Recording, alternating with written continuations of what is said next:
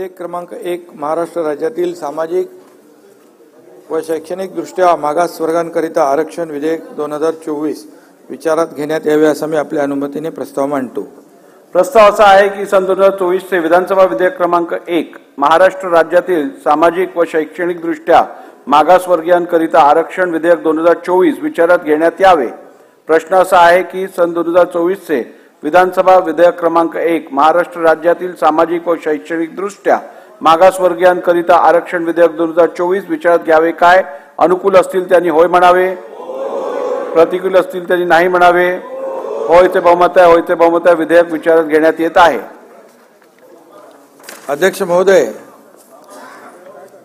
विरोधी पक्ष नेत्यांनी मला या बाबतीमध्ये काही मुद्दे आणि पत्र दिलेलं आहे आणि त्याच्या अनुषंगाने काही मुद्द्यांचं या ठिकाणी मला स्पष्टीकरण देणं आवश्यक आहे। त्यामुळे अध्यक्ष महोदय, आज मराठा समाजाला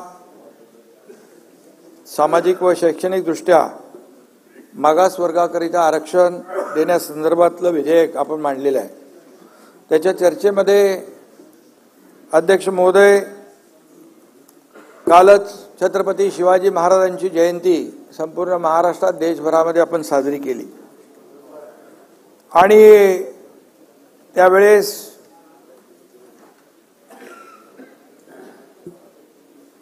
आपण पाहिलं की छत्रपती शिवाजी महाराजांची एक आमच्या दसरा मेळाव्यामध्ये देखील मी शिवाजी महाराजांसमोर नतमस्तक होऊन आपल्याला या मराठा समाज सगळ्यांचाच विषय आहे तो, मराठा समाजाला टिकणारं, कायद्याच्या चौकटीत बसणारं, ओबीसी आणि इतर समाजावर कुठलाही अन्याय न करता, धक्का न लावता आरक्षण देण्याचं एक सगळ्यांचं मत मी त्या ठिकाणी छत्रपती शिवाजी महाराजांसमोर नतमस्तक होऊन शपथ घेतली होती। वस्तुस्थिती होती आणि ते आपण साऱ्या महाराष्ट्राने पाहिलेलं आहे आणि म्हणून त्यावेळेस मराठा समाजाने आरक्षणासाठी जे काही लढा उभारला होता, जे आंदोलन केलं, तो ऐरणीवर होता। समाजाच्या भावना अत्यंत तीव्र होत्या।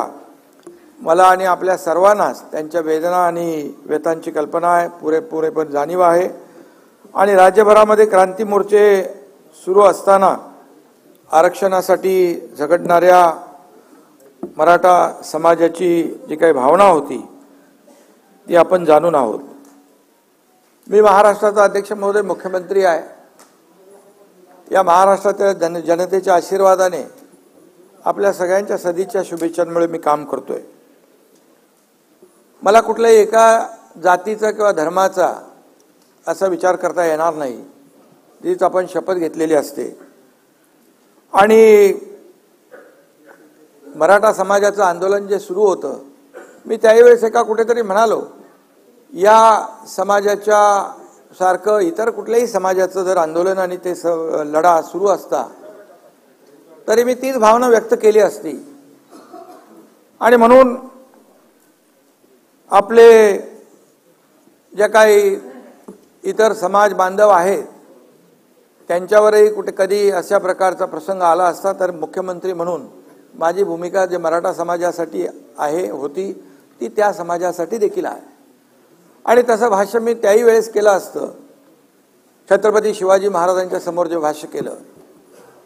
आणि म्हणून अध्यक्ष महोदय, आपले आदरणीय लोकप्रिय प्रधानमंत्री मोदी साहेबांचं एक वाक्य आहे, सगळ्यांना सोबत घेऊन काम करायचं, सबका साथ सबका विकास हा मंत्र त्यांनी देशाला दिला आहे आणि राज्य देखील, या राज्यामध्ये देखील कुठल्याही प्रकारचा दुजाभाव न करता आज सरकार काम करतंय। एखादा समाजाला जर मागासलेपण आला असेल तर त्यांना समाजाच्या मूळ प्रवाहामध्ये आणणं, मेनस्ट्रीममध्ये आणणं हे आपलं कर्तव्य आहे सरकार म्हणून आणि त्यासाठी आवश्यक ते सर्व प्रयत्न करण्यासाठी आपलं सरकार कटिबद्ध आहे। एकाचीच बाजू घ्यायची, दुसऱ्याचा विचार करायचा नाही असं सरकार म्हणून आणि मुख्यमंत्री म्हणून मला देखील करता येणार नाही, याची पुरेपूर जाणीव मला आहे आणि माझ्याकडून तसं काही चुकून कधी होणारही नाही आणि म्हणून आज या अधिवेशनाच्या निमित्ताने मी समस्त राज्याला परत एकदा सांगू इच्छितो की ओबीसी बांधव असो किंवा इतर कोणताही समाज असो, आम्ही कोणाच्याही आरक्षणाला धक्का न लावता मराठा समाजाला शैक्षणिक आणि नोकरीतलं आरक्षण देण्याचा निर्णय घेतलेला आहे.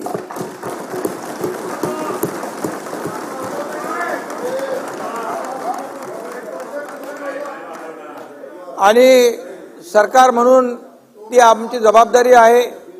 विरोधी पक्षाचं पण तसा कुठलाही त्याच्यामध्ये आपण एकच मताचे आहोत, एका विचाराचे आहोत.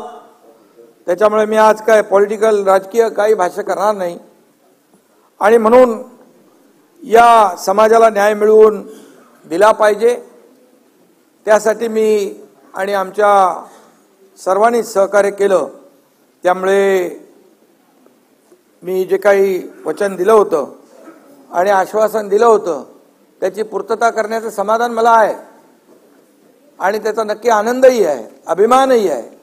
आणि म्हणून मी माझे दोन्ही उपमुख्यमंत्री देवेंद्र फडणवीसजी, उपमुख्यमंत्री अजितदादा पवारजी, माझे मंत्रिमंडळातील सहकारी, आमदार आणि संपूर्ण विरोधी पक्ष आणि सर्व विधानसभा सदस्य यांच्या सहकार्यामुळे आजचा हा आपण निर्णय घेतोय. छत्रपतींच्या खरं म्हणजे आशीर्वादाने संपूर्ण मराठा समाजासाठी, लाखो मराठा बांधवांसाठी हा आजचा दिवस इच्छापूर्तीचा आहे आणि ऐतिहासिक आहे असं म्हटलं तर वावगं ठरणार नाही. आजचा हा दिवस आपल्या सगळ्यांसाठीच एक कर्तव्याची जाणीव करून देणारा दिवस आहे. महाराष्ट्र विधानमंडळ